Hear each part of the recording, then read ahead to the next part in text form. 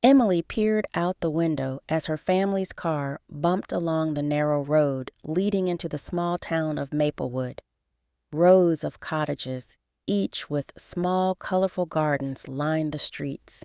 There was something quaint and peaceful about the place, but Emily couldn't help feeling a bit nervous. Moving to a new town meant starting over, and that wasn't always easy. As the car pulled up in front of their new home, a modest, ivy-covered cottage with blue shutters, Emily's younger sister, Lily, let out a gasp. "It's so cute," she said, clapping her hands. Emily smiled, but she still felt unsure. She had left behind friends, familiar streets, and all the things she'd grown used to. The first few days were a whirlwind of unpacking, arranging furniture, and exploring the town. Maplewood was small, and it seemed like everyone knew everyone. Emily soon noticed curious glances from the townspeople whenever she went to the local store or walked through the park. Some neighbors came by to introduce themselves, but they mostly seemed interested in asking questions rather than getting to know her family. They wanted to know where they were from, why they had moved, and how long they planned to stay. One afternoon, as Emily sat on the front porch reading a book, she spotted a young man walking down the street. He had dark hair, sharp features, and carried himself with a calm, almost stiff confidence. He wore a well-fitted jacket and carried a leather book bag slung over one shoulder. Just as Emily was about to look away, he glanced in her direction. Their eyes met briefly, and for a split second, Emily thought he might smile or wave, but instead he looked away, his expression cool and distant, as if she were invisible. He continued down the street without even a nod. Emily felt a slight annoyance creep over her. "Well, that's rude," she muttered to herself, watching him disappear around the corner. She soon learned from a neighbor that his name was Lucas Grayson, a well-known figure in Maplewood. He came from an old family in town, was known for his intelligence, and had a reputation for being somewhat reserved. People respected him, but not many seemed close to him. The next day, while picking up some groceries, Emily overheard two women talking about Lucas. "He's quite accomplished for his age, I hear," one of them said. "But he never really speaks to anyone unless he has to, always so serious." "Very serious," the other agreed with a sigh. "But he helps the library every weekend, you know, and he volunteers at the school events." Emily rolled her eyes, thinking back to his distant gaze. Maybe he did good things, but he seemed far too proud to bother with people who were new, like her. The impression of him as arrogant and cold settled in her mind, and she decided she didn't need to get to know someone like Lucas. A week after moving to Maplewood, Emily found a part-time job at the local bakery. It was a cozy little place, filled with the smell of fresh bread and pastries every morning. She enjoyed the cheerful chatter of customers and quickly became friendly with some of the regulars. Working there helped her feel like a part of the community, and she soon felt less like an outsider. One morning, as Emily arranged the new batch of blueberry muffins in the display case, her co-worker, Mrs. Green, gave her a little nudge. "See that young man over there?" she whispered, nodding toward the door. Emily glanced up and saw Lucas walking in, looking as reserved as ever. He was wearing a dark coat, and his eyes scanned the shelves with his usual calm, unreadable expression. "Lucas Grayson," Mrs. Green murmured, lowering her voice further. "Smart as a whip, that one, but never a smile on his face. Some say he thinks he's too good for the rest of us." Emily felt a flicker of agreement. "He certainly doesn't seem very friendly," she replied quietly. She watched as Lucas placed his order, speaking only in short, polite phrases. When he picked up his coffee, He gave Emily a brief nod, his expression as distant as always, and then walked out without another word. Mrs. Green sighed. I've worked here for years, and he's never said more than a few words to me. Doesn't even stay for a chat. Emily frowned, her curiosity mixed with irritation. Lucas was always polite, yes, but there was a certain aloofness in his manner that made her feel small and insignificant. Each time she encountered him around town, he kept to himself, never going beyond a nod or a curt greeting. It only reinforced her belief that he thought he was above everyone else. One rainy afternoon, as Emily was leaving the bakery, she overheard two elderly ladies discussing Lucas in hushed tones outside. Did you hear? Lucas turned down another invitation to the town's charity dinner. One of them said, shaking her head. Such a shame. He could bring a lot of attention to it with his family's name. Yes, the other replied, frowning. People say he just doesn't care about anyone else. Lives in his own world. Emily's annoyance with Lucas grew with each story she heard. Why did he have to be so cold and indifferent? It seemed like he put up a wall around himself, and the more she observed him, the more she felt justified in her opinion. But what Emily didn't realize was that Lucas had noticed her too. Her cheerful laughter, her easy conversations with customers at the bakery, and her genuine friendliness toward everyone around her caught his attention. Yet, every time he thought of striking up a conversation, he hesitated, unsure of how to approach her. Socializing wasn't his strength, and he often found himself fumbling for words. One day, he even tried to linger a bit longer than usual at the bakery, hoping to find a reason to speak with Emily. But as soon as she turned to help another customer, he felt silly for waiting around and left, his usual expression unreadable. To Emily, his behavior only reinforced her impression that he found her, and the town itself, unworthy of his attention. As days passed, Emily's view of Lucas settled into a comfortable certainty. Each time they crossed paths, he remained silent and distant, never showing any sign of warmth. To her, he was simply a person who had chosen to keep his distance, and she saw no reason to change her opinion. Yet, somewhere beneath his reserved exterior, Lucas was beginning to admire Emily's warmth and kindness. He just didn't know how to show it. And with each missed opportunity to speak, the misunderstanding between them only grew. One cool evening, Emily found herself at a lively gathering hosted by her friend Aria, a warm and spirited young woman she'd met at the bakery. Aria was known around town for her generosity and always made sure everyone felt welcome.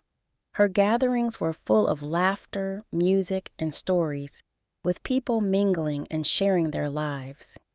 Emily enjoyed these evenings, feeling like she was truly becoming part of the community. As she chatted with a few familiar faces, Emily noticed Aria approaching her with a smile. Emily, I've been meaning to introduce you to more people from town. I thought you might like to know the real story behind some of them. Emily chuckled, intrigued. That sounds mysterious. Who do you have in mind?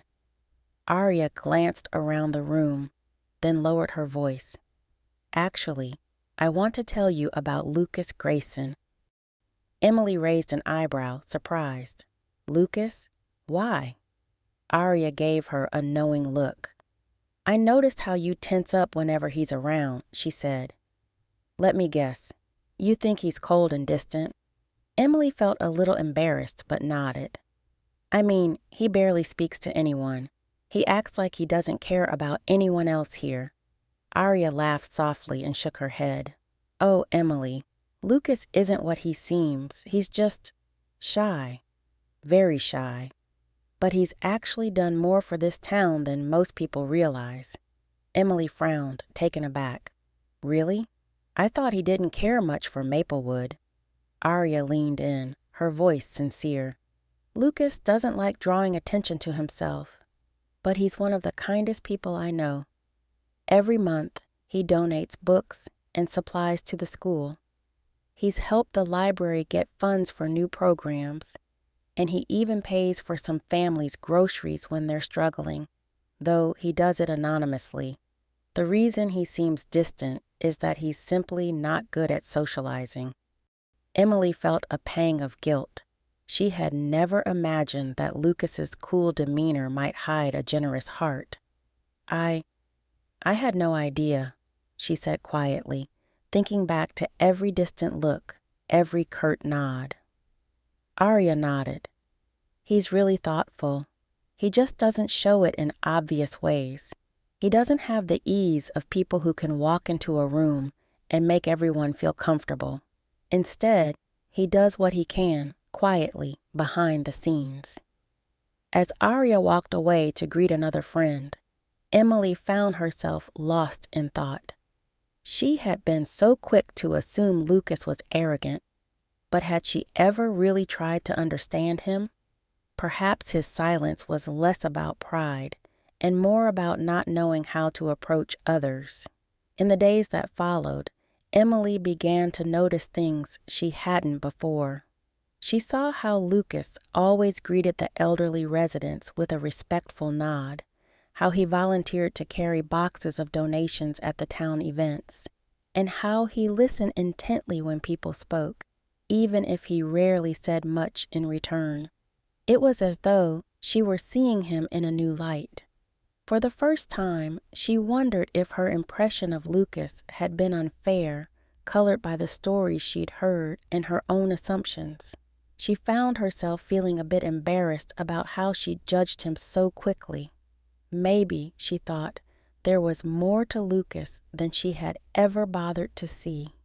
And, as Emily continued to observe Lucas from a new perspective, a quiet sense of admiration began to replace her initial resentment. Determined to give Lucas a fair chance, Emily decided to find an opportunity to talk to him. She knew it might be awkward at first, but she was curious to learn more about the person beneath his quiet, distant exterior. It wasn't long before an opportunity presented itself. One crisp afternoon, Emily was walking home from the bakery when she saw Lucas standing by the town library, struggling to load several heavy boxes into his car. She took a deep breath, gathered her courage, and walked over. "Need a hand with those?" she asked, flashing him a friendly smile. Lucas looked up, clearly surprised to see her. For a moment, he hesitated, as though he wasn't sure how to respond. Then he nodded, a hint of a smile breaking through his usual reserved expression. "Thank you. That would actually be very helpful," he replied, his voice soft but sincere. Together, they carried the boxes and loaded them into his car. As they worked, Emily noticed how thoughtful he was, carefully stacking the boxes so they wouldn't tip over. "Are these for the library?" Emily asked, hoping to start a conversation. Lucas nodded. "Yes, some books I donated. They were just gathering dust at home, so I thought someone else might enjoy them." Emily felt a pang of guilt again. She had thought he was indifferent, yet here he was, quietly supporting the library without expecting any acknowledgement. She decided to take a chance and open up a bit more. "You know," she said, glancing at him, "I used to think you weren't very interested in people, but I was wrong." Lucas looked at her, a bit surprised. "I can see how you'd think that," he admitted, looking down. "I'm not great at making small talk or meeting new people. I've always found it difficult." They shared a small, understanding smile, and to Emily's relief, the tension between them seemed to ease. They ended up talking more as they stood by his car, the conversation flowing in a way that felt unexpectedly natural. Lucas spoke about his love for books, the peacefulness of Maplewood, and his quiet weekends spent reading by the lake. In turn, Emily shared stories of her family's move and her experiences meeting the people in town. Over the next few weeks, Emily and Lucas began running into each other more often, and each time they talked, it felt a little easier.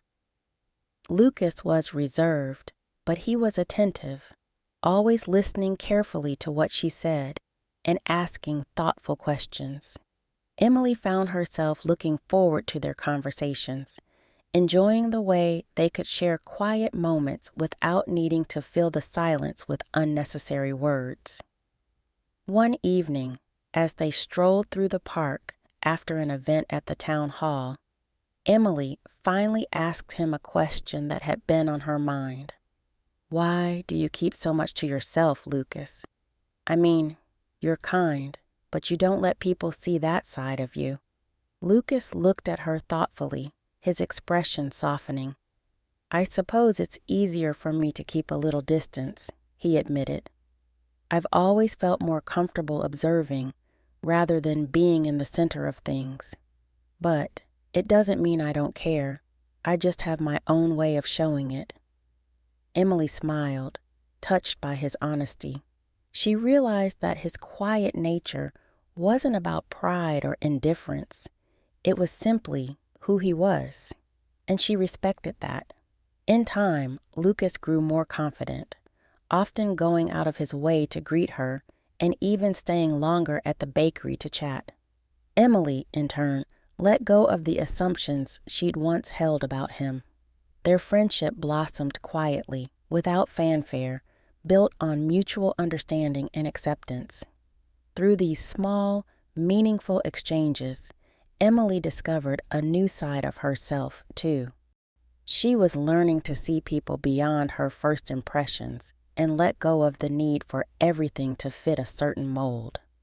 And Lucas, encouraged by her warmth, was beginning to let the walls around him fall, one kind smile at a time. As the weeks passed, Emily and Lucas grew closer, their conversations deepening with each shared story and quiet smile. In Lucas, Emily discovered a thoughtfulness that she had once mistaken for aloofness. He wasn't distant because he looked down on others. He simply found peace in solitude, and his kindness was quiet and steady. For Lucas, Emily's warmth was like sunlight breaking through clouds. Her laughter and easygoing nature helped him open up in ways he hadn't before. He found himself looking forward to their meetings, enjoying the ease with which they shared parts of their lives. With Emily, he didn't feel the need to hide behind polite silence. Instead, he could simply be himself. One crisp autumn evening, Lucas invited Emily to the lake, a quiet, beautiful spot on the outskirts of town. They strolled along the water's edge, watching the sun set and cast warm, golden hues across the sky. The air was cool and leaves scattered around them in shades of orange and red. As they walked, their conversation turned reflective. "I was so quick to judge you," Emily admitted, her voice soft. "I thought you were distant and uncaring, but I was the one who was wrong. I've learned a lot from knowing you, Lucas. I think I needed to see things from another perspective." Lucas looked down, a small smile on his face. "You've taught me something too, Emily. I used to think it was enough to just quietly help in the background, but seeing how you interact with people, it's made me realize that opening up, even a little, can make a difference." They sat down on a bench overlooking the lake, the last light of the sun shimmering on the water's surface. After a few moments of comfortable silence, Lucas glanced at her, his expression sincere. "I used to think that keeping a certain distance was just safer," he said, "but knowing you has shown me that sometimes letting someone in is worth the risk." Emily smiled, feeling a warmth spread through her. "I'm glad we had the chance to get to know each other," she replied softly. "Sometimes I think we're quick to judge because we're scared of being judged ourselves. But now I feel like I've found a real friend." They sat there for a while, enjoying the quiet companionship, feeling a sense of peace and understanding that didn't need words. In each other, they had found something rare, a friendship built on acceptance, trust, and the willingness to see beyond first impressions. As they watched the stars begin to appear, both Emily and Lucas knew that no matter what the future held, they had found something meaningful in each other. It was a kind of grace, a friendship that helped them both grow, learn, and ultimately see the world with kinder, more open eyes.